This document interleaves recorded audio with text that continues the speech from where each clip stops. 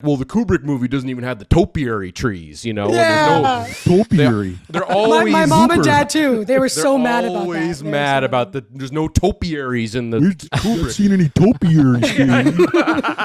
Motherfucking goddamn orange peel beef.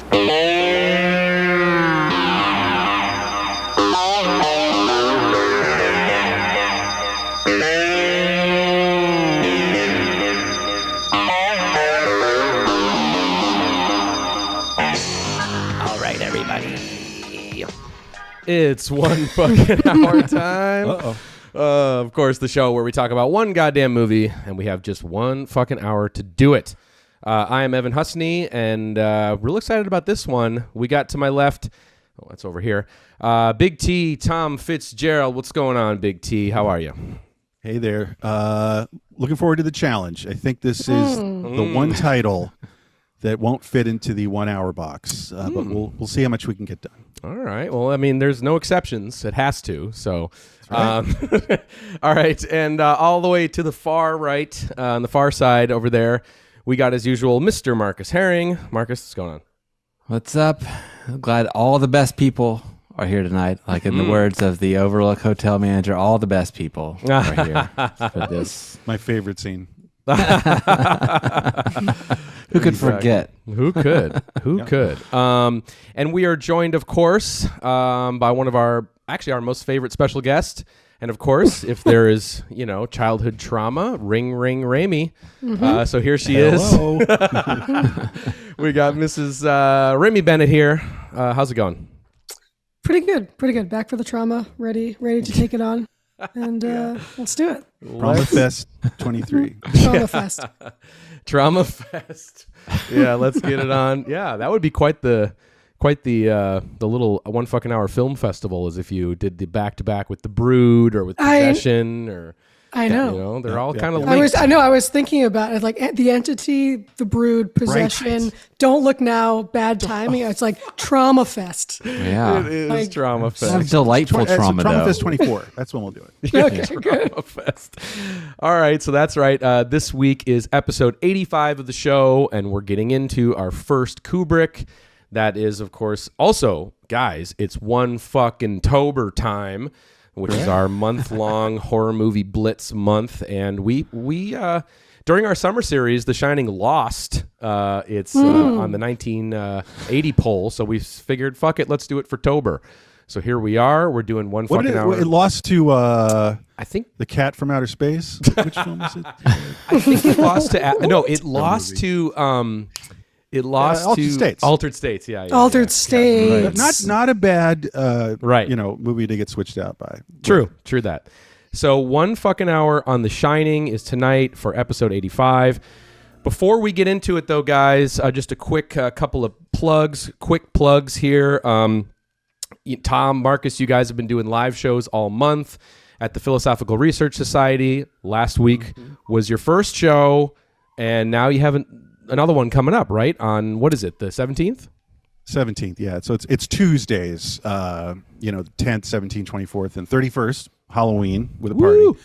And we're doing the 17th. It's an EXP mix of all about Bigfoot, the Bigfoot phenomenon. It's a crowd pleaser, a bit of a classic of ours. And then we're showing, really the only time we're doing it is a legitimate screening of like an actual speculative documentary. It's called The Force Beyond. And nice. So it's fun. It's all your usual topics all jumbled together and stream of consciousness. It should be fun. Yeah, it's been really cool because some people that watch the podcast have been showing up, and it's been really fun to meet them and hang out with them. So it's been great. All right. And there's kind of a hangout because there's a lobby. And there's kind of like lobby culture that's developing here. It's a large room. Yeah, and there's sort of strange paranormal and psychic energy installations we have going, as well as our banks of televisions that show EXP TV live. You can come by, hang out, and nice. It's a nice social thing as much as the screen. I'm so sad that we are missing this. You're going right to the party, you guys. You guys are flying out for Halloween. We should. What's better I than wish. People have been asking if you guys are going to show up. I would love to do that. Gotta leave it a mystery. Well, every Tuesday for the rest of October, you can catch Tom and Marcus. Definitely those two. We'll see about us live in the flesh at the Philosophical Research Society. Link in the description if you want tickets or more information on the events. But a good chance to see those dudes live in person. Also, just going to give a quick plug to the Patreon. Patreon.com/onefuckinghour is the best way to support the show. If you love what we're doing, it's just $5 a month. And on there, you'll have instant access to all of our feature-length audio commentaries that we've recorded. We're just about to record Alejandro Jodorowsky's Holy Mountain. It's been delayed slightly just because these guys have obviously been very busy with the show, the live shows that they've been doing, but that's coming soon. And also, we're going to be doing bonus episodes. And we just dropped, guys, and this is amazing. We dropped the 1 fucking hour demo tape, which I called Some Kind of Demo, which is our very first recording we ever did for the show. It was a test recording that we did. I'm too scared to even look at it. It's great. It's pre-spray bottle, right? It was it's before we introduced the spray bottle. It's pre-everything. It was like months before we actually really started. It was. Right? It was like a long time before. It was April of 2021. The first time we ever tried to record this concept of the show. I just put it up. It's us doing Some Kind of Monster, the Metallica documentary. This hit me tonight watching the film. It was sort of a trend in the late 90s and early 2000s where it's unlikely people in society on the other side of a therapist. You know what I mean? Because it's like The Sopranos. It's like, we got Gabagool over here in therapy, and we got like, headbangers in therapy. And like, it was sort of a thing. Am I wrong? Like an Analyze This era kind of? Yeah. It's a very fun watch to see where we started and our origin story, but I just uploaded it for all the Patreon members and YouTube members if you want to get your hands on that. It's very fun listen, but we should don't say, watch guys, it. But just know that it's there. I'm kidding. No, it's great. It is great. It's very funny. It's too embarrassing. When when Tom you called their therapist, he looked like Kenneth Anger. It's very funny. But anyway, that was amazing. Yeah, that's right. But guys, we can't bury the lead because we forgot to mention this last week, and it's a big fucking important milestone. This week is officially the 2-year anniversary of One Fucking Hour. So really? We have been doing it. It's been 2 years. 2 years. So I thought that would be a good gift to our listeners. That's a great idea. Yeah. So if you want to hear our very first demo recording, never before released, patreon.com/onefuckinghour, or scroll underneath this video and click the join button. Become a Moman of the YouTube channel. Also $5 a month. We were so much younger then. We were. We were innocent. We were crazy kids back in the easy days of spring 2021. We were. So, all right, that's the best way to support the show. Thank you, everybody. All right, now, before we get into tonight's main event here on The Shining, little disclaimer, guys. I just wanted to, we kind of talked about this last week. We're not going to be getting into the conspiracy theories, the hidden sort of symbolism, unintentional symbolism of Stanley Kubrick and decoding. This isn't The Shining explained, type of video. but I do. So I just want to forewarn everybody. But I do want to say, as I was prepping tonight's show, guys, I got a little freaked out.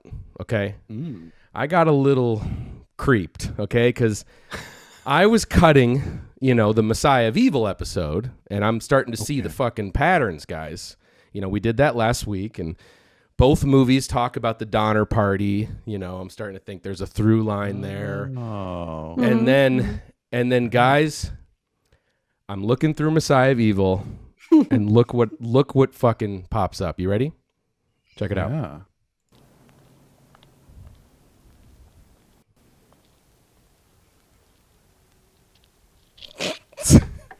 No way. No way. What? Oh my God. I gotta get out of here. That says room 237. Are you kidding me? This is witchcraft shit. We were dying. We were dying. I believe don't like that. That's I don't like that weird. either, dude. That's oh my God. fucking Because there's weird. a lot of numbers. There's Yeah. a lot of numbers. A lot of That's floors. so, oh my God. So The Shining is all about Messiah of Evil. That's so weird. Yeah, dude. Mighty. Isn't that Weird fucked up? coincidence, guys. God, that's Weird super coincidence. crazy. Yeah. Super fucking crazy. All right. Anyway, All right, moving on. on that note, Knock. On knock, that knock, note, yeah. motherfucker. All right. On That's that awesome. note, Has that been ID'd by anyone else? no, On Earth? no, I Like, don't you think Googled so. it. Okay. Nope. The other day, we were just like, what the I just couldn't believe it. Unreal. Couldn't believe it. Yeah. heebie-jeebies. All right. Yeah. Let's get into this, guys. Here we go. Here's the fucking clock. Yeah, Let's yeah. start the show. And Stretch. boom. All right. So, guys, normally at the top of these shows, we read a synopsis. We tell the people what the movie is. Just like, when we did Taxi Driver, man, there's no real reason to, get into a synopsis on this one. Everybody knows The Shining. They've all seen it. So I figure, let's forego that and sort of get into it, man. So, this is obviously a monster title. It's well-worn roads. It's well discussed, very stepped on, as we say, in terms of, movies that have been discussed to death. But we're going to get into it now, man. And especially, I'm trying to think the best place to start, but I was sort of thinking maybe with you, Rémy, because you have a history with the source material, the book and the movie. So what's your sort of personal history with The Shining? Oh my God. My personal history is that my dad actually showed me this movie when I was 5 or 6. So I was insanely young. Wow. Like child abuse level. Child young. abuse. And I remember at the time, like it was such early memory, so it was so like fragmented, but like left such a strong impression. I remember my mom being so upset with my dad. What was he thinking? He loved the movie and he just wanted to show it to me as soon as possible, like as soon Movie's as really cool. Yeah, exactly. Wow. Okay. Yes, All but right. like speaking of child abuse, like so this movie was like always in my consciousness, and then when I was 10, I read the book, and I remember at school, like during class, I was always like messing around, but in like the playground at recess, I was always about like reading. Yeah. I didn't want to play. I just wanted to like read. So if kids would be like, come on, let's play like kickball. I'd be like, gotta finish The Shining. And I remember to this day, like sitting on a rock outside, like, and like throwing down the book at a certain part, just being like terrified. But so I kind of always like had the two in my mind, like growing up, like they were always like, I don't know, it was always a part of my consciousness. And sort of like appreciating the differences. I think we'll talk about that a lot, but it's funny because when my parents were together back in the day in the 70s, they took this like road trip together up to Clayton, which is like near Canada. And it's like this long road trip in this like VW bug or whatever. And they would take turns reading The Shining to each other, like on the road. And You in the back seat. yeah, exactly. Really? And What's that up with was- these guys in The Shining? They just like they always like creepy shit, Yeah. Okay. And so then when the movie came out, they were like Before the movie. Okay. Yeah. It was like, massive paperback, big success, that book. It was like a sensation. So people were really into the book. So when the movie came out, there was this like added extra pressure that didn't exist for like, let's say 2001 or like even like a Lolita or something. Like it was like it's different. Like this was so like mass produced, like in the zeitgeist for this generation, that there was an extra pressure, like when it came out, that it was like the comparisons, there was like the scrutiny was happening. Right. And so I think in one way it kind of did the movie a disservice because the movie got so much flack when it came out. And like, it took years and years and years for people to actually really consider this like, a masterpiece or whatever. To But separate it out from the novel. yeah, because it's so drastically different. It's an adaptation. It's a Kubrick adaptation, and his adaptations are always drastically different than the source material. And I remember my parents saying they brought their friends. They were so excited. They're like, yeah, The Shining. And they were all devastated, like fucking gutted, like walking out being like, that was a fucking joke. That was a mess. What was that bullshit? And I remember growing up, them always kind of telling me this story. and then like as the way that like I look at the film, I mean, we'll go into this like in more depth, is like not like I said earlier to you, Tom, like not looking at this as so much as like a ghost story, a horror movie. It's really like sort of like almost like a demented kitchen sink, domestic abuse drama. Yeah, it's with horror elements to it, So that's kind of the way I look at it, and that's kind of like, my in. It's like scenes from a marriage with some, some horror movie imagery, more so. Yeah. Before we get into that distinction and dive into the differences, 'cause I think it is important to talk about. Tom, any origin stories with The Shining or this movie? And just very briefly, it's kind of a funny anecdote in my life. So we got cable in 1981, and I was still a little kid, and I would trick or treat, right? Like, let's trick or treat, let's dress up, let's get some fucking candy. But guess what premiered on Halloween night, 1981, on like HBO?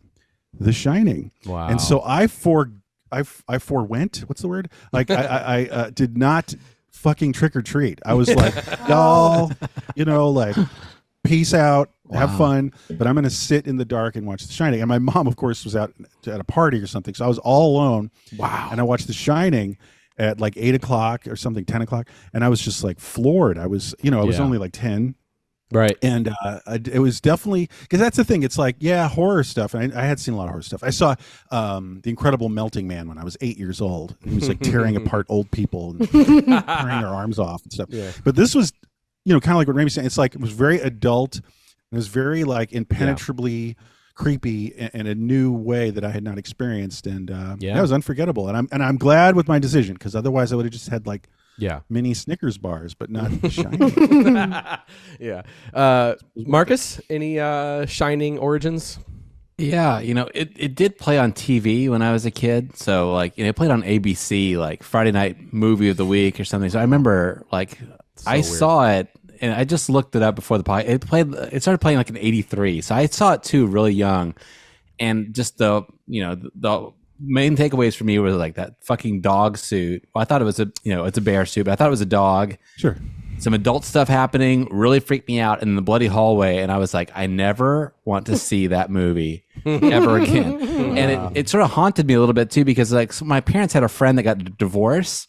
And he left a lot of his possessions at our house, one of which was a hutch entirely filled with every Stephen King book. So that was always kind of calling out to me over the years. Like, and some of them had illustrations in it, like Psycho the Werewolf had these like really awful illustrations. I would like torture myself peeking at, And anyway, so Stephen King was always kind of loomed over me as a kid. And then, I grew up very close to like about 20 minutes away from Glacier National Park, where they shot, the opening shot of going up. Of the helicopter shot going up the road there by that lake. So I grew up close to that too. So wow, I did finally see it years later. Like gave in, and I do totally agree with Rémy. Like it had a bad rap for like years. Like my parents kind of trashed on it. Yeah. Other people didn't like it. It was kind of discarded, and I was surprised when it started to build back a fandom and like a notoriety. And now I think it's a testament huge. to how strong the filmmaking is. Yeah. Like, as much as anything, it's like you can't deny, and this is maybe my main thing coming here with this obviously well-worn topic, as we're saying. It's just like, if we have a minute, I just would like to talk about the Brava filmmaking. I mean, I know it's obvious and it's Kubrick, but just to really shine a light that it's about as good as he gets, in my opinion, in all these set pieces and all these. It's just killer choices, and we could get into that, But what I'm saying is, it's like it's kind of undeniable. It's like, okay, there was a book, and maybe it's not the greatest horror movie, and maybe he's not the greatest horror filmmaker, or blah blah blah blah blah. But you just can't deny it has power. Yeah, power. He's does. commanded the full force of the potential of filmmaking. Yep, quite often in this film. That's my take, and you just can't deny it. It has some real peaks, in terms of some of the and the melodic, maybe not melodic, it's not the right word, but like it's sort of the way it moves. It's like with the music and those weird interstitials and the break and the cuts and like it moves in a very strange hypnotic way. Like it's very it's icy, it's slow, it's it has all these strange. It puts you in this very weird hypnotic world. Yeah, hypnotic is the word for it. Because just as one example of the great filmmaking, and also what you're saying about the creep factor, is like when she's looking down at the maze. Or somebody's looking down at the maze. Jack is. Yeah, Jack's looking down at the maze, and we're looking at a maze, which is a model of a maze, excuse me. Yep. And then it becomes the actual maze, and he's looking at his wife and son. It's just like, and it happens, it unfolds so slowly and subtly, and it's so surreal, but it's not, it's not like, it's done very quietly. It's and not, doesn't obnoxious. his tie become the maze at one point too? Like the weaving of his green tie, doesn't that become the maze at one point? I didn't too? notice that. Yeah, but I don't remember. the maze sculpture, when he's looking at it, I'm assuming that's achieved with like a matte painting or something, or however they did it. But it like that whole set piece is so modern, in terms of something you would see like in a FX horror story show now, or something. Yeah, and it's like from 1980, and nothing. It's just this incredible. That's a good point. Yeah, nothing was like that in 1980. That's a good point, actually. Like, it's just so striking, and I don't know how people miss that they're watching some like absolutely like unreal, exceptional. Yeah, they did approach to horror. They did, and I think like watching it like with fresh eyes, like I was saying before, it's like it's important to do that because we've seen it hundreds of times, and it's so much just a part of our brains. But to really look at it like, whoa, these things were really never done before in this way. And even that, like I was saying, the editing and the music, and like now just how iconic that is with like the title cards of the weekdays, but with the sound design and the synth stuff, like, and it doesn't really matter. Like Thursday, 9:00, and it's like, okay, love it. Love it. Like it doesn't really matter that much thematically, because it's the place is all, we're out of time there, and that's part of the whole style of the film is like, they're getting further and further away from reality, as they sail away, and so things like Thursday at 7:30, like it doesn't really matter so much, but it's great. Which is not funny to me, but it's just like, it's an odd choice because it's like you're tabulating something that's getting more and more abstracted time there. And there's like this impending doom, like, like that we're experiencing. We don't know what's coming, what that impending doom is. We get the foreshadowing, though, the twin girls and all and that. the way they're designed is so stark and simple, too. It's this very simple font, just dead center, black and white. It's like almost like an art film would do that these days. Totally. Or like Adam Curtis do something like that, Sure. And I think like the first, I wanted to like specifically talk about the, Evan, is it, or do you want to go, Evan? Well, before we get into like set pieces, I know this is the everybody stop. That's Tommy. Tommy's got to say something. Tommy. Yeah, this is the Tommy. Tony. Okay, so real quick, just to put a bow on origin stories, and then let's get into starting to talk about just the set pieces. Oh yeah, sorry, Evan. That's all right. That's all right. It's okay. Just whenever you see Tony, you know what Tony. to do. Okay, so all right, so tolerance. Okay. I don't have like any real major one. I kind of discovered. I'm sure I saw this. I don't even remember when I first saw this movie. I've seen it so many times, and it just kind of seems like it always existed and was always there. But I do also remember intersecting with people who just didn't like it, because they were hardcore Stephen King fans, and God, like this really was a thing, huh? It was like I actually, this is the first time I heard about this. Was when in my first video store job, there was your very archetypal, ponytail, glasses kind of guy there, and he was all, trench coat, he was all about, carrying the hardcover Stephen King's in his like coat pocket, like in his coat pocket and shit. And he was all about like, well, the Kubrick movie doesn't even have the topiary trees, Yeah. And there's no topiary. They're always my mom and dad too. They were so mad about that. Always mad about there's no topiaries in the Kubrick. I haven't seen any topiaries. Doesn't the maze count? That's like one giant topiary, right? Because they're animals in the book, and the animals they come alive. They come alive. That would have looked like very awkward. Well, listen, you do get a hint at the novel from the lame '90s TV movie, which he Oh, loved, yes. from Wings. which Oh, he yes. loved, which he He- absolutely He loved. endorsed Gotta get and this loved. guy on the podcast. I know, I know. Yeah, Go but yeah, you haven't lived until you've seen a ponytailed man scream at you about topiaries. Okay, but anyway, I think this is a good just segue before we start talking about the set pieces. Just what are the fundamental differences between book and movie? Let's just hit that because it is key. There's a big one. It's a major one. Tell us. Not the topiaries. So I think the major thing that was the big sticking point for people like my parents, Stephen King, whoever used to complain about this was that in the book, you're introduced to the character Jack Torrance as having this humanity, right? Like he's a flawed guy. He has addiction problems. He's an alcoholic, but he has a great like warmth inside of him. And he's a real genuine family man. And In the book, you're saying? yes, in the book. Yeah. Got So it. in the Okay. book, he's not starting out as frustrated, resentful psychopath man.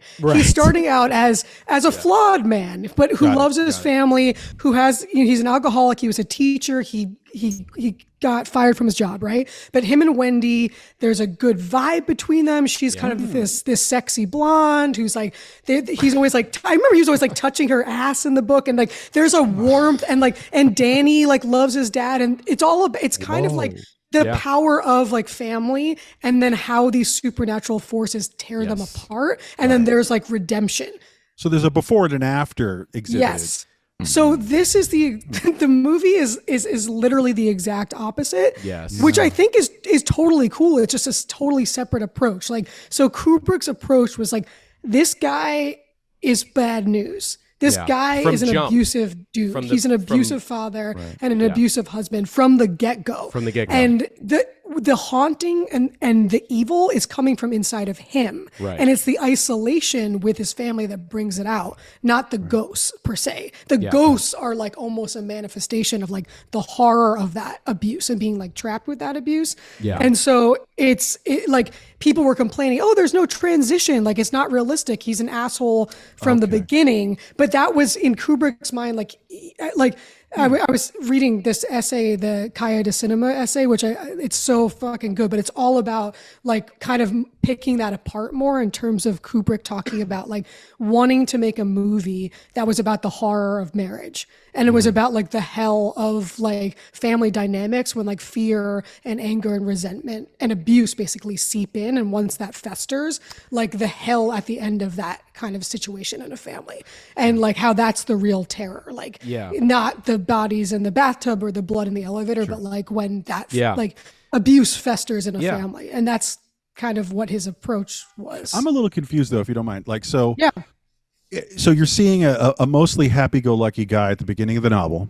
You're seeing a pretty functional family. Yeah. If I'm understanding you right, depicted. Flawed, but functional. Like, and then there's a slow descent. yes. So, Like Amityville. got it. But why would a guy who's, having a good day, a bad day, but he's all right, and his family's like mostly okay and functional, and like what if not for a possession of ghosts situation, what would usher that in? Is it the isolation where he has to face his family and himself in that family because of this bizarre circumstance of the isolation? Yeah, and having so to face the family. Okay, so to backtrack a little bit, I think it's the isolation, which also is another example, like in terms of like domestic abuse, for instance, like when people are isolated, like during COVID, for instance, like skyrocketed the rates of the domestic, like when you're actually trapped in isolation, like that is when things get very, very bad. Cabin fever and shit. Cabin fever, but it's much more than that. It's like when Axe murder bad though? like, but it can. Like when an abuser is like in a situation where the part of his issue is that he resents the family. He wants to, like, there's the deep-seated like desire, which I think a lot of men have deep down, of like, it's the fantasy of wanting to destroy that cage. That I know I do. I'm not even married. exactly. No, so it's like you know that domestic shit. It's like Right, I got you. So he, in the beginning of the film, you see when you see Wendy and Danny and the child psychiatrist, the psychologist or whatever, the pediatrician, right? To me, that scene is something that is so brilliant because it's like in that scene, you see the wife who's the abused wife. You see the son who's already traumatized before they go to the hotel. Right. And when and that beautiful shot of Shelley Duvall just like on her face with the cigarette, with the ash and the ashes. The long ash. Right. And the pediatrician saying, okay, so when did Danny first start talking to Tony? Was it when you moved to Boulder or when you this and that? She's like, actually, it started when he was in preschool and he had a physical accident. Injury. He had an injury. Yeah. And the woman goes, how did he hurt himself? And it's like, oh, it was an accident, and it could happen to anyone. My husband got a little drunk and he pulled his arm and dislocated his arm. Yeah. And you could see her face. It's the denial. It's great. And then the pediatrician's face is like, yeah, it's really masterfully done in her performance, in that whole scene where it's a very subtle, but ways like for us to read into everything. It's not explicit exposition. It's very well subtly performed, so we understand. Oh, shit is not okay in this house, and it's also magnified with a great fucking Kubrick just hard cut. When she basically says like, yeah, he hasn't had a drink in 5 months, cut, and then it says closing time. It gets us right out of there. So we know definitively, oh shit, like shit is not good here. It's funny. I got to say, like now, the first time you see Jack in the film, he's just being 100% fake. Yeah. I'm just thinking out loud right now. Totally. I find that interesting. Like basically it's like 5 minutes of this man that we're introduced to, like just being fake. Like she's an avid horror movie and ghost story. Just I mean, he's at a job interview. Everybody's fake then. But it's just like it's sort of interesting to me where it's like you're not getting the real guy, and maybe you never are because you get a fake rendering of a man, and then you're in the cabin or fever world of the Overlook. So it's like you come in awkwardly because you're not getting a real impression of this man. Yeah. The only other thing you see is him getting kind of snippy with Danny talking about the Donner Party. He's like, well, he saw it on the television. It's just like, what's this fucking guy's problem? Yeah, what the fuck, dude? He snaps at Danny. He saw it on the TV. That's great. Yeah. And he's like, Danny's like, Dad, I'm hungry. And he's like, you should have eaten your lunch or whatever, and you're like, jeez. Like, it's like these things were character choices that obviously they were going in there with these intentions. Like he's already on edge and he's snipping at his family. He completely hates his wife. Yeah. Like from the very beginning. What's the first time we see him and Wendy? Does anybody remember like the first conversation, in the car? I think it's in the car. I think it's in the Dahmer party car. Yeah. Okay. Yeah. And the next scene is probably not much. They obviously kind of live separately, and then they're walking around and being kind of fake. It's very fake though, like you said. Like he's like, hi, honey. She's like, hi, hon, hi, honey. And it's all this weird fakey. Like this is not how fake when they're being given the tour. Yes, like this is not how a real couple interacts. There's like this falseness, and Jack is very putting on this like their relationship's just collapsed, and there's this fake husk that they're putting up to get through this work thing he's got. Yeah. Ew. Yeah. It seems like she wants a good relationship though. It seems like she wants it to be. Yeah. Yeah. She wants it a lot. Yeah. And she's like, she kind of reminds me of like a scared rabbit, like the way her performance is, like who's been like, traumatized and who's just kind of like, yes, honey, yes, hon. Like, I know. Yeah, one of the things we're talking about the difference between this and the novel, and I haven't read the novel, but I have watched those little clips of Stephen King like complaining about this movie, which is really fun, right? Doesn't like the ending. He doesn't like this. But one of the things he mentioned was he thought that her portrayal that Kubrick's portrayal of Wendy was misogynistic. That he made her too weak and helpless. And that I mean, I think that's probably just more up to like Shelley's like choices as a performer and Kubrick working with her to get something that was like interesting on film, But that is a slight nitpick that I do have as well with the movie, which we'll save our nitpicks for the end. But I think that was a choice. Like I think that was intentional. They made her look terrifying. Yeah, like she's very alienating. Like all these three family members are like alienated from each other, and there's nothing warm about. She's the black hair and the white. Yeah. Yeah, it's funny. Even the kid's not relatable because he's got some telekinetic power and he talks with his finger. He's immediately off-putting. Probably at a typical day in school, he's probably in the corner, right, talking to Tony at recess. Yeah. The telekinetic. Callback. Oh, it's a snap. joke. Burns. The telekinetic thing always seemed weird to me. Just the shine, like the name of the movie, The Shining, and the It's fact like that when you burn toast. it seems kind of unnecessary to me in a way. Like it's Right. can we make it a choice here? Is it a ghost story or is it about telepathy? It's both. Well, wait. And I kind of feel like it doesn't. I mean, my always take watching it is I know Scatman Crothers needs it or whatever. But I'm always kind of like, it doesn't need, that's the least important detail to me is just The Shining. And that's the name of the fucking movie. I might add it's a tad distracting because it is, like you're just saying, Marcus, it's like it's opening up another chapter or another book is being opened. It's like, so what's all that? Because he's saying, because Scatman does have The Shining as well, and they're bonding. And he's like, well, like some ice cream, Doc, and like. How'd you like some ice cream, Doc? And so they have a thing. Which is like an established thing. I guess what I'm trying to say is like there are two other human beings in the reality of this film that have this gift, and they're having a bond. And so that is an established thing that actually you could distinguish it from ghostly possession. Yeah. Right. Right? Yeah. By the way, if you have The Shining, if you're Scatman Crothers, why would you go to this obviously horrific ghost-laden nightmare location? You're going to get murdered. But from what I understand, all that burnt toast. Okay, hold on. From what I understand, from maybe the source material or whatever, the idea is that because Danny has this ability to connect with, see premonitions and connect with the supernatural, that the forces of the hotel are wanting Danny and to be able to connect with Danny.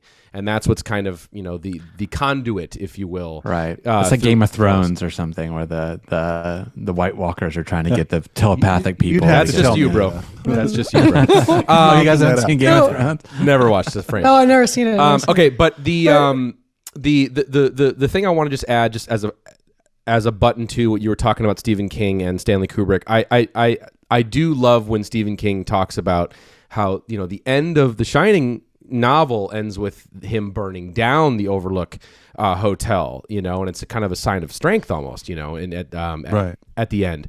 Kubrick's movie ends with the icy cold, and he always complains that the movie is just cold, it's icy, and so it's like I'm fire, he's ice, and I do kind of dig that sort of distillation of it. But if we can, just to move things along here, I just want to point out too real quick, this is probably a good point just to talk about the masterful just music and the score of this film. It's just incredible. The Wendy Carlos, and there's one particular moment where it becomes, for me, like the peak for me is the second helicopter shot when it's the whole family we were just talking about, when they're all together in the car and there's a shot of them driving up to the Overlook and there's just these synth waves that are rolling in. Forget it. And it's just like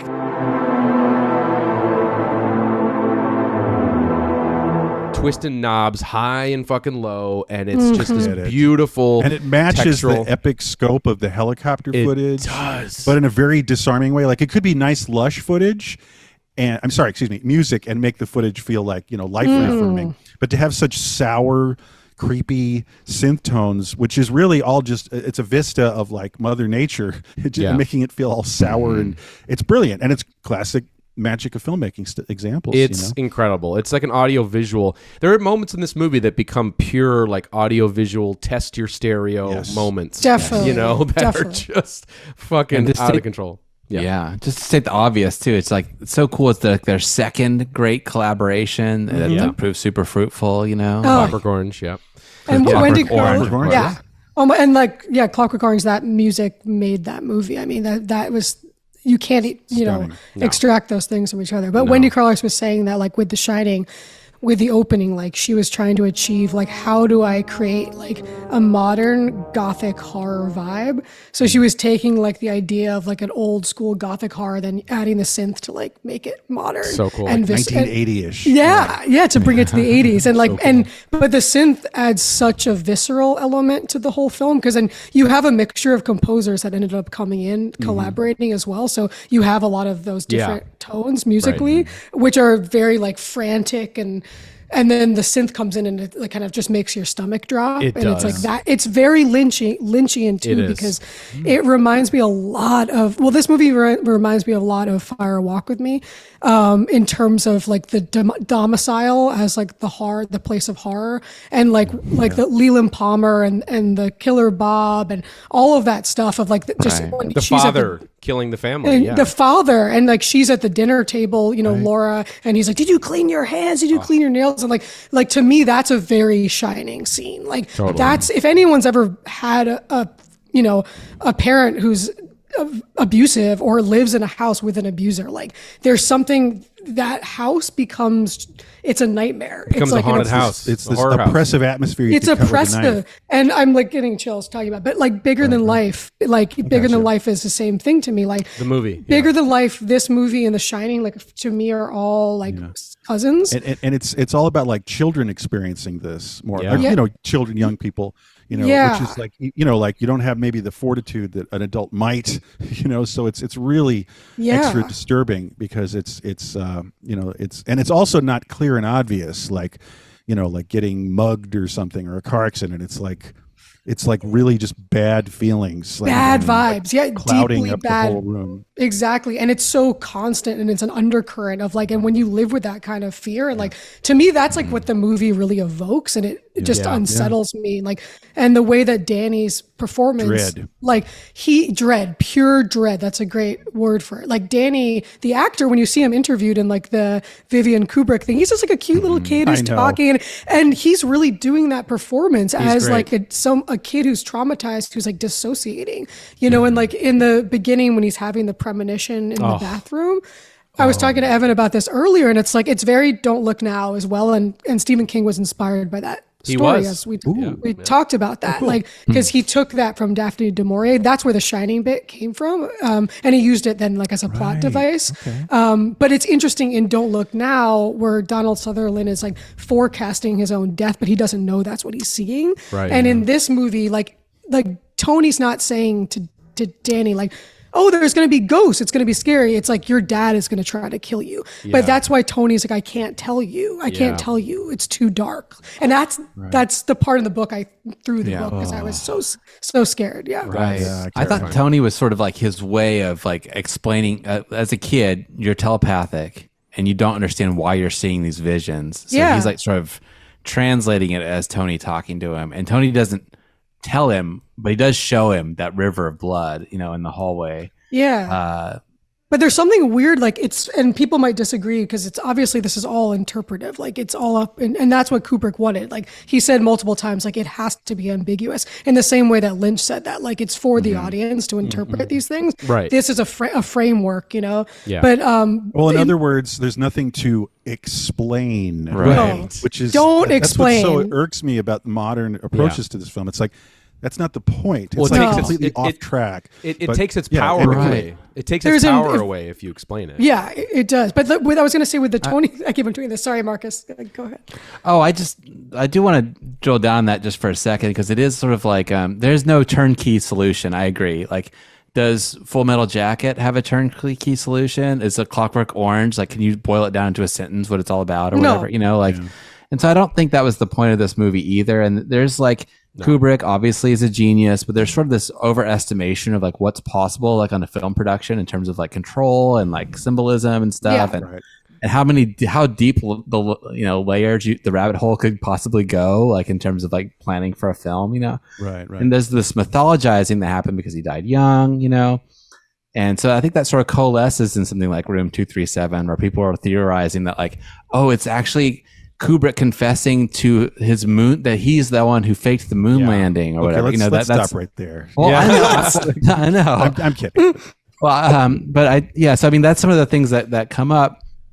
But when you hear Kubrick talk about, like in the documentary, that Rémy mentioned, or like there's some recordings of him talking about the film and interviews and stuff, and just talking about how, like, when you're making a movie, you're making a plan and you're getting everything set up, but then you look to when you actually roll, it doesn't actually go the way that you want it to go, and then you have to kind of tweak it and make it work. And that's why he's doing like hundreds of takes sometimes to get it work. Hundreds and hundreds. And not just to get what he has in mind, but just to make it interesting, And so I think he's trying to.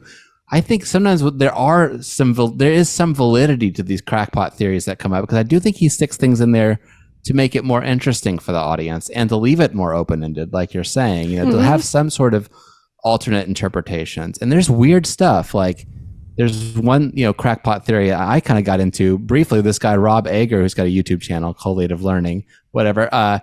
He digs into it, talking about the child abuse angle, and the things that he points out are really nuts. Like, at the beginning, Jack's reading a Playgirl magazine, and on the cover of the Playgirls is an article. It says the cover that has an article that says "Incest: Why Parents Sleep with Their Children." That's on the cover of that's in the fucking movie. That's so weird. That is Why is he reading a Playgirl magazine? Yeah. And then there's there's some other stuff with like the bear pillow behind the kid when he's being talked to by the psychologist, and the guy's like shows the original bear, and it has round eyes.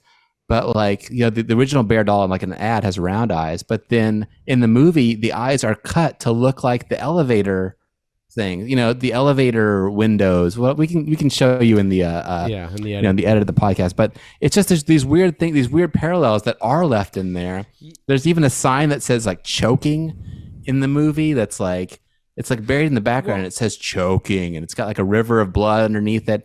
And the guy's whole theory is like, hey, all this stuff is just saying that like. In that scene where Danny's sitting on his dad's lap and he's like, "I'd never hurt you," whatever. And then it cuts the next day. Get there. Yeah.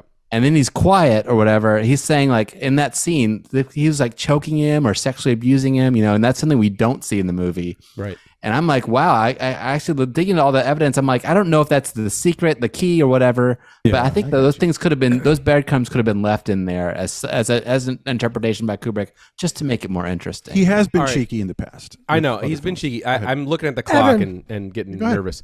So, okay, just real quick, I'm gonna just to put a bow on that too. It's like I don't think there's any crazy conspiracy theory like of what the meaning is. I think he's just utilizing symbolism and imagery to communicate the main themes of the movie, which is that makes total sense. A family deteriorating, and let's put all the effort into imagery and the sound and everything that reinforces that main theme. I don't think it's anything. He's always very considered yeah. of everything in the frame. Everything, yeah. And I think it all just goes back to that. Like, this is what this story is. It's a drama about a family deteriorating. And the scene that Marcus was talking about, Evan, I know we were talking about mentioning that scene too. I want to get into it right now. Yeah, yeah. Let's go. Okay. So, do you want to talk about it? Yeah, I'm just going to set it up and then you take it. So basically, okay, we have a succession of scenes here that are pretty important, and it's one of the scary ones, and it's a crucial one, where basically Danny is watching TV downstairs with his mom, and he wants to go upstairs to get his truck, and that means he's going to have this one-on-one interaction with just him and Jack, and it's a very disturbing scene where he has this conversation with him where his dad is basically like, I'm never going to hurt you and all this stuff. And Rémy, take it away. Yeah, I think like that scene is, in terms of talking about this theme of like living with that dread and living with that feeling, like he's with his mom sitting down there and he's like, Mom, please, I want to get my fire engine. And she's just like, please don't wake him up. Like, just don't do not disturb like the beast, basically. Like, we don't know, like tiptoe around him. And when he goes up there, and there's like this such an intense fear of just like being so careful around his dad. Like it's not even, it's like, it's comparable to the fear of like seeing the ghosts of those little girls, like the fear of his dad just sitting in his bathrobe of like, what is he going to do? And like when he sits next to him, and his dad pulls him over to him, it's the most, and Danny's face is just like terrified. Like it's the most cold, scary. And he says like, Dad, you would never hurt me and Mom, would you? And then Jack says like, why would you, why did she tell you that? Is she putting that in your head? And like to me, that's just such a very, very scary, very scary scene. Totally. Yeah.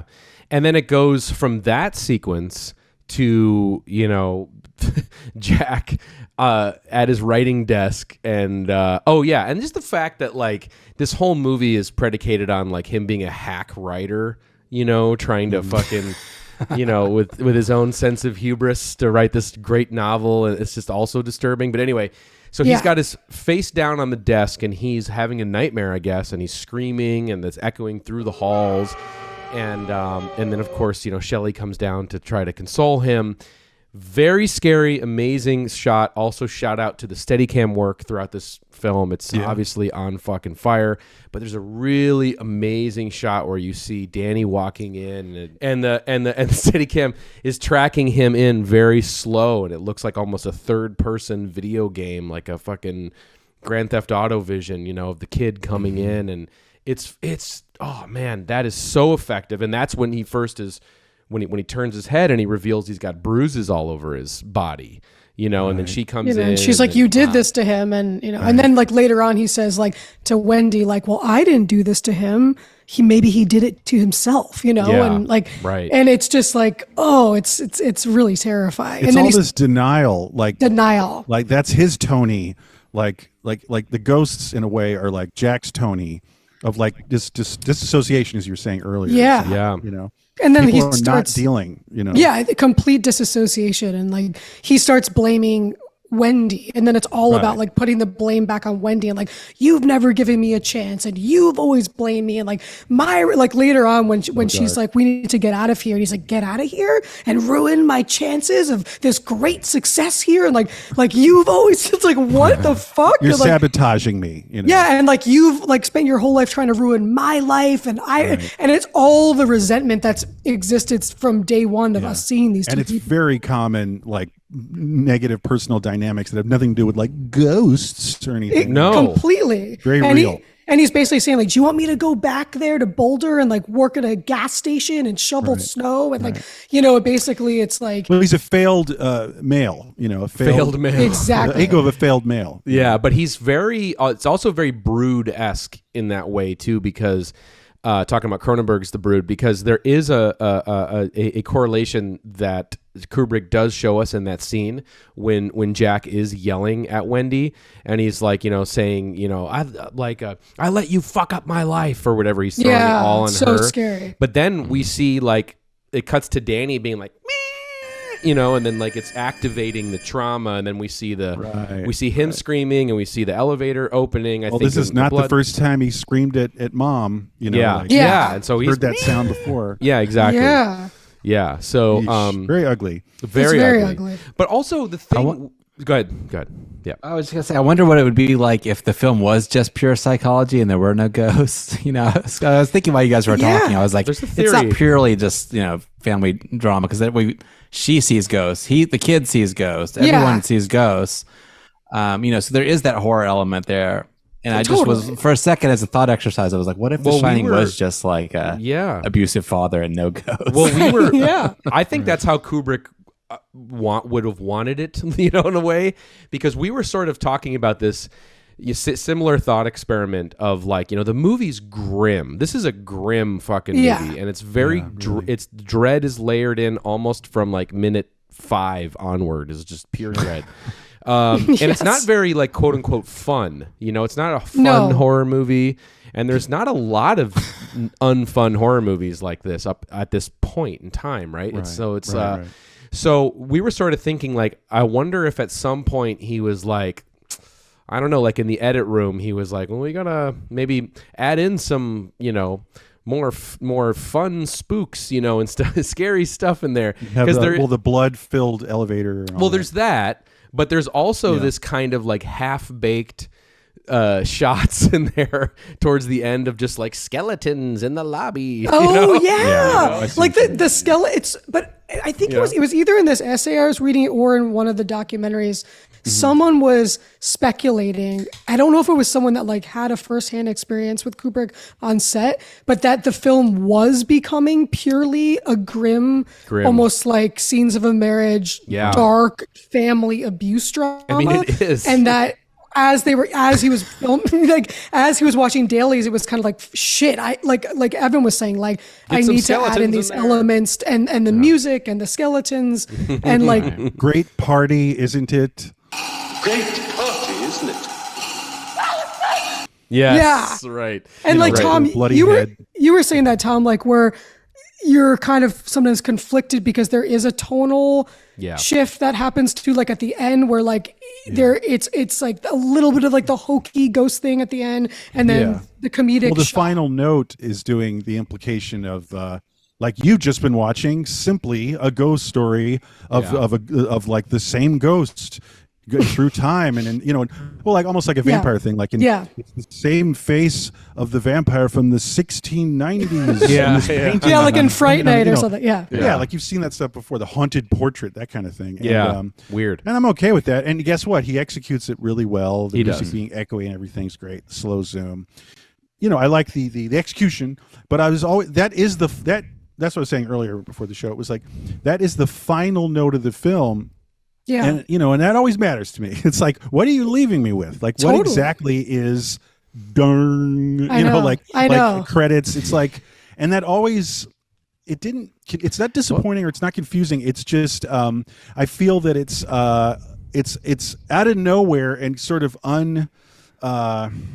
it's just, you know, it just distracts me because the movie is kind of on fire with all these themes we're talking about, and then it's like, ooh, in 1921 this happened before. It's like, did he have to end with that? Well, and was that a concession to making, you know, a genre film, which was new? For me. Yeah. I mean, I think he wanted it to be a hit movie. You know, I mean, I think coming off of Barry Lyndon, which wasn't well received, right? And then I think he pairing up with a hot writer like Stephen King to make it. I think he wanted to make a hit movie. Everyone wants to make movies that people enjoy, I think, on some level, you know. So but I think he wanted to make a hit movie. And it's funny, like, spoiler alert, but he does address the ending at some point. You guys seen that it's like there's like a Japanese TV show that he does a call-in interview with. He talks about 2001 and everything, Yeah, and the guy asks him, like, what is the ending of 2001? He's like, well, I don't usually talk about it, but since you're asking me, let me attempt to explain it. And he basically explains the ending of 2001, and then the guy's like, well, you know, while we're talking, how about the ending of The Shining? You know, so he you know, so he goes into the ending, you know, what does the picture represent? And you know, he was basically like, well, you could tell that was Jack Nicholson, right? And he's like, yeah, I could tell. He's like, okay, well, it's just supposed to imply that this is a cycle, that this sort of thing has happened before and it will happen again. It's a hack ghost story. No, but the thing is, that's super interesting. Like it's about the cycle of like abuse. Like I know you're probably sick of me saying this, but like it's that honestly, like that's what is interesting. It's like all of these stories, like same thing with Fire Walk with Me, like Leland Palmer says when he's finally like facing Bob, he's like, you know, there was a guy next door and he used to light matches and he, you know, when I was a little boy, and it's like this cycle of abuse keeps on happening over and over again. And so it's like a transference. And so like that's, you know, that's a deeper way to like understand what's happening. Like there'll I be got a a Tony painting here. of Danny as a 45-year-old man. Well, okay. Here's the thing. Here's the thing about that, though. The thing that here's maybe a little nitpick on the ending itself. Just aside from it's like, okay, he's in the 20s, you know, and all that stuff. Little nitpick is that it's interesting that the note that he leaves us with is about Jack. You know, when you think that it would make more sense to leave us on a note about Danny, you know, because they just drive off in that snow plow and you don't ever see them again, you know. And I don't think it should have ended like that. Like me and Evan were talking, like The Brood. Like I think it should have been The Brood. I think it should have been on Danny's face in that, and with her driving, and it's about his trauma. And the same way with The Brood with Candy's face. Like after all that shit goes down, you know that it's happening to her again. Can I say one thing though? I think yes, that's the last time you see them. Like driving away. But I got to say, one thing I really liked was the last time you see Danny sort of in action is him being very smart. Yeah, true. And actually outsmarting his dumb destroyed dad. Love that. Yeah, Yeah. true, You know, true, true. and I, as a kid, I saw it and I was just like, "You fucking go for it, Danny!" Like, with the footprints and all yeah, no, that. he Yeah. backtracked Love because that. he, and he saved his own life. And amazing. that, I don't know if it gave me hope or it gives me hope when I think Right. about it out loud, but it's more like Right. maybe he's breaking the cycle somewhat, where he's like, Yeah. and I don't really want to overanalyze this Yeah, I know, symbolism, but I yeah. just mean like he is. Well, he didn't die. That didn't Yeah. follow through with the father. Yeah. In the killing of his child, but he used his intellect, and he broke through. I don't know how much he broke through the cycle, but he Yeah. at least didn't die. It killed And him. It It looks like killed- he had some gumption. Maybe there's some strength in Danny. And last thing I'll say too is, Yep. you were saying that Wendy is a weak person, but she gets pretty strong. Yeah. And she gets real, and she gets mama bear, and she tries to deal, and Yeah. she does figure things out to get Danny out of the window and all that stuff. And so I think that there's it's not hopeful, but I feel like the note that's struck with the father and the mother and the son is that they are coping. You're That's you're all right. kids. You're They're right. coping. Actually, God. that's true. And he ends on a note of like an oaf, like a monster, like an Yeah. oafish monster who's like ridiculous. Right. Right. And like like almost in a Danny, like in like a fairy tale or something, and like just this like mangled dumb ogre. He's and looking yeah, a lot weaker, and he's not looking that frightening anymore. and so it is Taking a actually an step forward. it's weirdly optimistic in like you're saying in that. And Yeah. the ghost of Grady, the other caretaker, Yeah. he says to Jack at a certain point, he says, "Oh, your wife is much more resilient than we thought." Right. Yeah. And so because it's 1980. yeah. And so she kind of does like she subverts that because Well- you're right. Like she starts as this terrifying, Right. Right. yeah. But Grady, it's interesting too, at the beginning of the film when they talk about, that he killed his whole family with an axe or whatever in that hotel. That's in 1970 or whenever they say that it happens. But yeah, then he true. also reverts to 1920s man. Yeah. So I when- think in that was a Stephen scenes. King element, Right, I think it's like the fact that he's wearing the butler outfit and he's like, Yeah. hello. So it's like there's just that, and But it it's is a I'm just 1970 remembering that there incident. is like a sequel. Isn't there just like a half-baked sequel to The Shining that my came out God. a few years Yeah, ago? with Ewan and it was like McGregor. from Danny's perspective. yes, yes. All right, yes, yes. hold up. Dr. Don't Sleep. watch that. Yeah, okay, hang on. So 10 Okay. minutes 10 minutes left. I if I can, I've just so much I want to talk about. But I know one thing you all definitely want to talk about, so I want to bring it up, is, you were talking about Scatman, and one of the things too, you're like, does The Shining need to be in the movie? The jury's still out on that. But of course it is the mechanic in how Scatman does know that he's got to help them and try and save It's them. a plot device. It's a plot It device. is. Right. It's the bat signal. Like there's It's the bat trouble in the signal. outlook. So it works. That's but true. It could have been a phone call too, or something. Though It, you it, know, it Danny could have would've been. called him? But then they're maybe. I mean, I'm they're- just saying, like, you don't have to like. There's ways around that problem besides telepathy. Is Yeah. what I'm saying. In the- Marcus does in- not like ideas like that. In the But book, anyway. it's what Evan, you were right. Like it's the ghosts want Danny. They want Yeah. Danny to become. Wait, Right. Wait. The other ghost problem with the ghost thing is that Jack gets out of the fridge, right? So the ghosts let Yes. him out at the locked refrigerator. They do. So They I do. mean, 'Cause he was that makes trapped it a in ghost there. story too. It is. It all is together. Like it's not Because like he very one- practically is stuck in the fridge. Yeah. You're right. Guys. One does not exclude the other. Like it's like it is Guys? a horror film with all of that. Tony, Yeah, sorry. Go Tony time. Okay, so Scatman, you guys want to talk about this. Trust me, you really do. The set piece where he is getting visions and that something's fucking going on at the Overlook Hotel. It's an incredible scene where he's in his, I guess, vacation pad, his house somewhere where it's probably warm, and he's got it's Florida. Yeah. Yeah. Yeah, And he's yeah. got an incredible. He's surrounded by amazing, Afro ladies, portraits, in his bedroom, and it's incredible. And you see him in the face. It's all he's like in his performance, the facials he's making with the heartbeats that come in. And I was blasting this on my stereo, and it was intense. It rocks. It rocks that Yeah. scene. It gets Yeah. very prog rock, this film. And that's It definitely is one moment. prog rock. It really is. And so That's one moment. that scene's is, incredible. Yeah. I love Can his I just room, mention yeah. one other thing we were talking about? Like, just open up to you guys.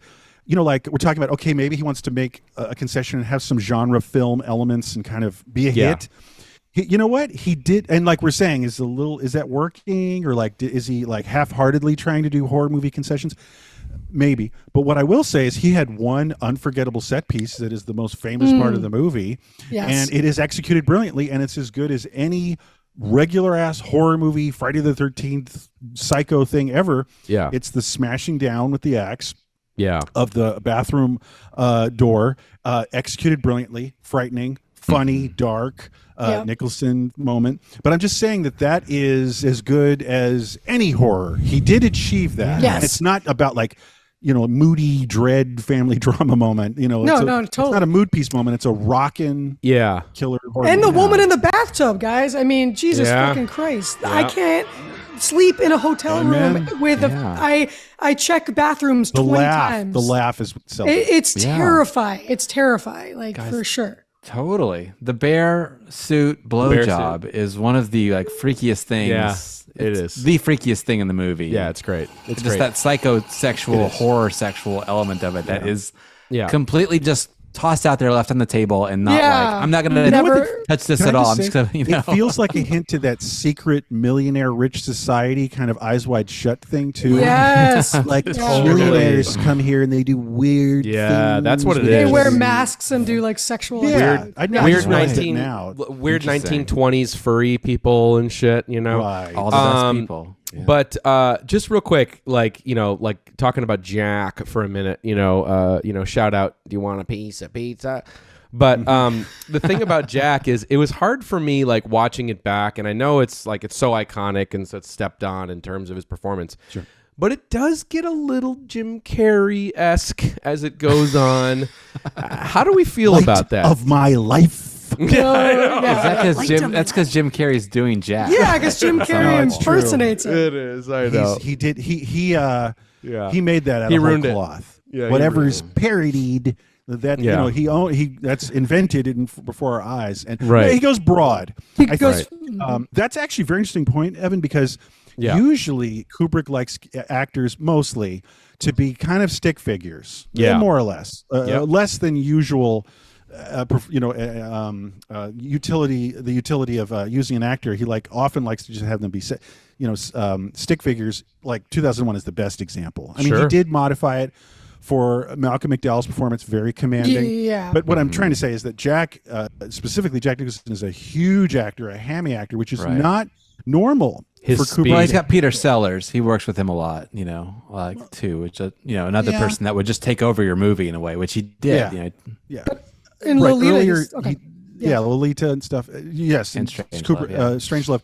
But I'm saying that, especially as he went through the years later on, he was much more into stick figure people. Ryan O'Neal, give me a break. Matthew Modine, they're okay. What I'm saying is James Mason. This is him working with a Brando person. Yeah. That's all I'm trying to say. Which is an odd fit, somewhat, and I wonder how that dynamic went because he's a control freak, Kubrick, and then you've got a ham on your hands, and I wonder maybe Jack wanted to go even further. In the little doc that his daughter made, it's great. It's just like Jack's fucking charisma is so out of control. I just watch it sometimes just to feel his charisma, because it's so powerful. It's and it's an interesting point, Tom, because I think I have a feeling Kubrick was digging it, even just looking on set, the way the two actors were so polarized in terms of Kubrick's attention, he basically dismissed and abused Duvall to get that performance out of her, and he treated her like Jack. That's what he was doing. They were abusing her to get that performance, and then Jack was totally being put on this pedestal, getting all this attention. And it's humor and quips, and he was kind of allowed to just go, and I think no leash. It shows. And for whatever reason, I don't actually know why Kubrick made that choice, but he wanted to jack it up to 11. He said Jack with long leash. Yeah. He said Cuckoo's Nest was a big influence too. We have to look at Jack, pretend we haven't seen Jack all of the performances after The Shining, because he wasn't look at 5 Easy Pieces. He was, you know what I mean? So he wasn't. Pacino got really broad. Exactly. So this was kind of new for Jack to go this broad. Absolutely. No one had ever seen it. yet. It was so The last now. detail, he's not like that. No, so now we watch it, and Marvin Gardens. No, so but like, that's what. Well, and then he did Batman, like later. So right. So no, that's a really good point. It's like it's the first time. For some reason, Kubrick's the one who let Jack out of the bottle. Yes. With no guardrails at Yes. all, and I wonder Yes. why he made that. I don't choice. know. I'm so curious. And then Jack because really liked being out of the bottle. Yeah. Yeah, He he's like, I loved like it. He The air's loved it. great up here. And then you get the Joker. Yeah. and then you yeah. get that forever. But like it's Funny like because on that Vivian Kubrick doc, point. Jack does end talking about how Kubrick had more control over him in a way, or he was saying, at least aspiring to that. he likes. does, Yeah. he does say like, well, otherwise I'm just doing my thing, and that's kind of boring. But like, Stanley's kind of like telling me what to do. Then it's more exciting to figure that out. But he was, and obviously Stanley was like pushing him there because I don't think like Jack would have done that. But like I don't think he would have done that on his own. Like I think it was being encouraged Yeah. to be. He's big in almost this. like Interesting. Well, at the very least, he's playing a crazy man. Yeah. Yes. That's what he's Yeah. always doing. Like he's not That's- doing that in 5 Easy Pieces. They- Yeah. they And talked- I'm yeah. crazy. So he's Yeah. it's kind of a talked- dumb guy idea of a crazy man. Yeah. Yeah. Yeah. But They it's talk about the folly of just trying to be too realistic too, and how that you can get a really realistic performance. He talks Yeah, about that. he in the says doc, that, and yeah. then but it's boring on film, on screen. So Yeah, and he Okay. plays and like he- that whole he scene where was- he's. Sorry, go ahead, Ray. Sorry, I was gonna say, Tom. Yeah, I really do believe that like Kubrick wanted him to play this role as a psychopath, and like in the book, like the whole point is that he has writer's block and he struggles with alcoholism, which is what Stephen King struggled with. But at the heart of it, he was a warm guy, and Stephen King found refuge in family, whereas Kubrick found like I said before, like hell in family. Yeah. And so like the way that character is being, it's sort of like even the idea of him writing this book. Supposedly Kubrick was from the beginning like he's not a fucking writer. Like he's just this like alcoholic, angry Wannabe. guy who's Wannabe. a wannabe. And Yeah. in the book, Dark. the guy actually is a writer, and that he's just like this like egomaniacal. just a huge loser. He's a loser. Yeah. He's a loser who should be working at a gas station, who's an alcoholic who fucking abuses his son. That's dark. You know? And so I think know. Grim. Yeah. and he's pretending that he's an author. Yeah. You know, that he has this Right. great novel, but he has nothing to show All for right, it. and that's And so it. Okay. damn. Left a lot Rémy- on the table. Raimi took us home there. There's so much more, but that's the. But you that's knew that. it. We That's got it. it. Yeah. We got it. We got Yeah, it. I think we mean, There's a lot we covered. there's a lot of little details that would have been fun to point out, but you can't get it all in. It's just Tom, it's I wanted to impossible. bring up Natural Enemies, but I forgot because okay. I mean, for another time, but I don't. Has Maybe Tom we'll do seen Natural that? Enemies down the Have road. you seen that, Tom? movies Natural Enemies? about Once a long time ago. Okay. movies about men wanting to kill their family. So The Yeah. opening scene. It's the The best. greats.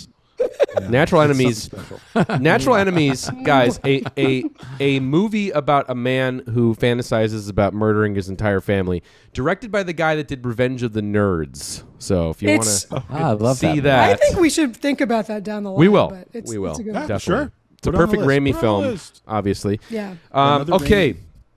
Trauma tour. Yeah. 24. Trauma- Trauma tour 24. Yeah. Traumathon.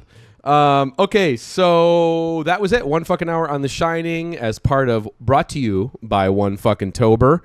Thank you guys so much for that. That was great. We should, since our esteemed guest is here, we should use this opportunity to talk about what next week's show is going to be. Guys, what is it? Okay. Oh. Reboot. Walk Yeah, that's right. Reboot, walk out. We are Let's doing. explain our chants. We are. It is going to be effectively the horror movies we hate of the reboot and remake ilk.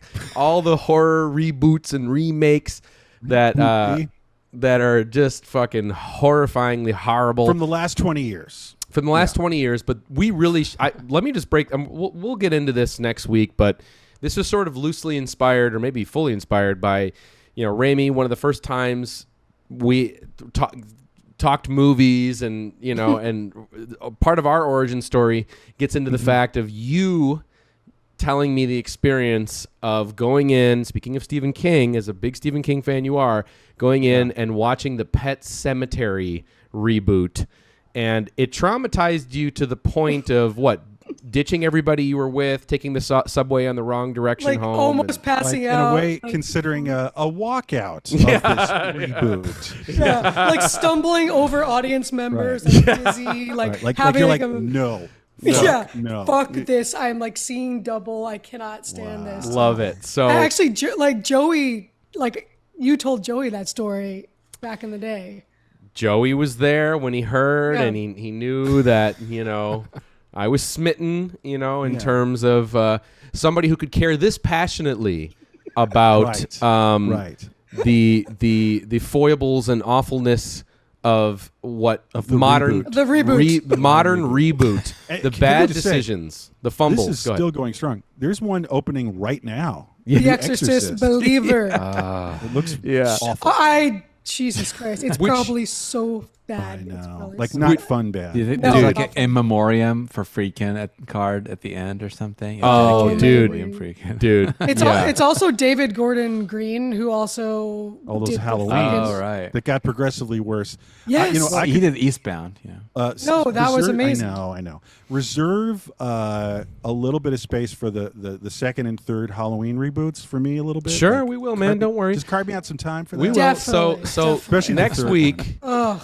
Next week, Rémy's back. It's going to be back-to-back Rémy's here. We're going to be getting into Reboot Walkout, talking about the worst, the horror movie remakes and reboots that get us mad, beyond mad, actually. So we're going to get into all those and all the terrible details and the Salted. terrible things. Just horrible, horrible, horrible.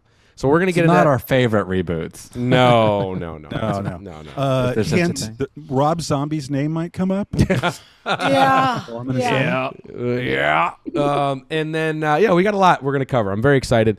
And then, of course, the last episode for One Fucking Tober will The be last the week. episode on the left. The last episode on Dead End Street. Excuse me. That's right.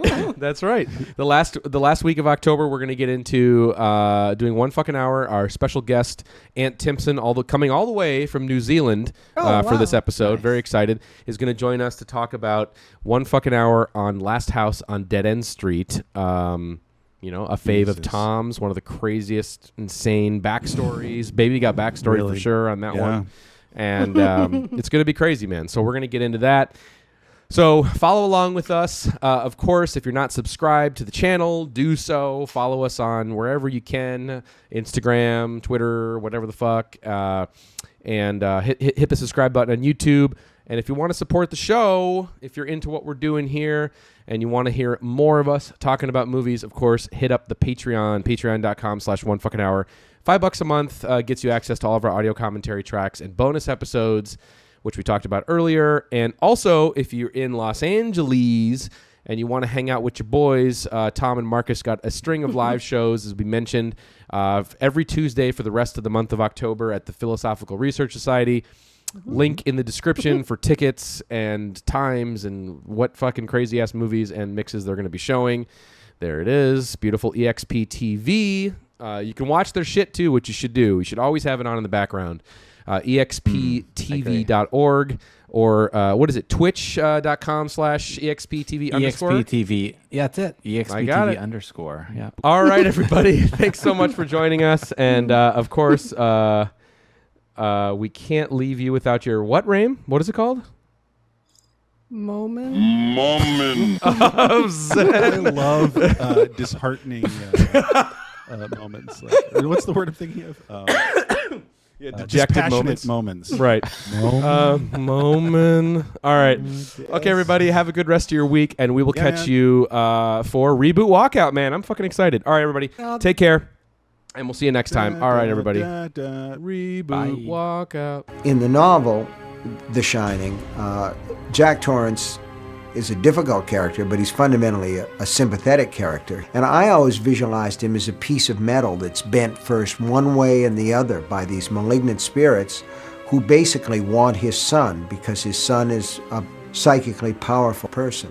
So I saw these all as warm characters that were being threatened by forces from without, from ghosts, from real supernatural creatures. And the film is extremely cold. Stanley Kubrick saw The Haunting as coming from Jack Torrance, from the Jack Nicholson character, whereas I always saw it from outside. So we had a fundamental difference of opinion about it. I always thought that the real difference between my take on it and Stanley Kubrick's take on it was this. In my novel, the hotel burns. In Kubrick's movie, the hotel freezes. It's the difference between warmth and cold. Motherfucking goddamn orange peel beef.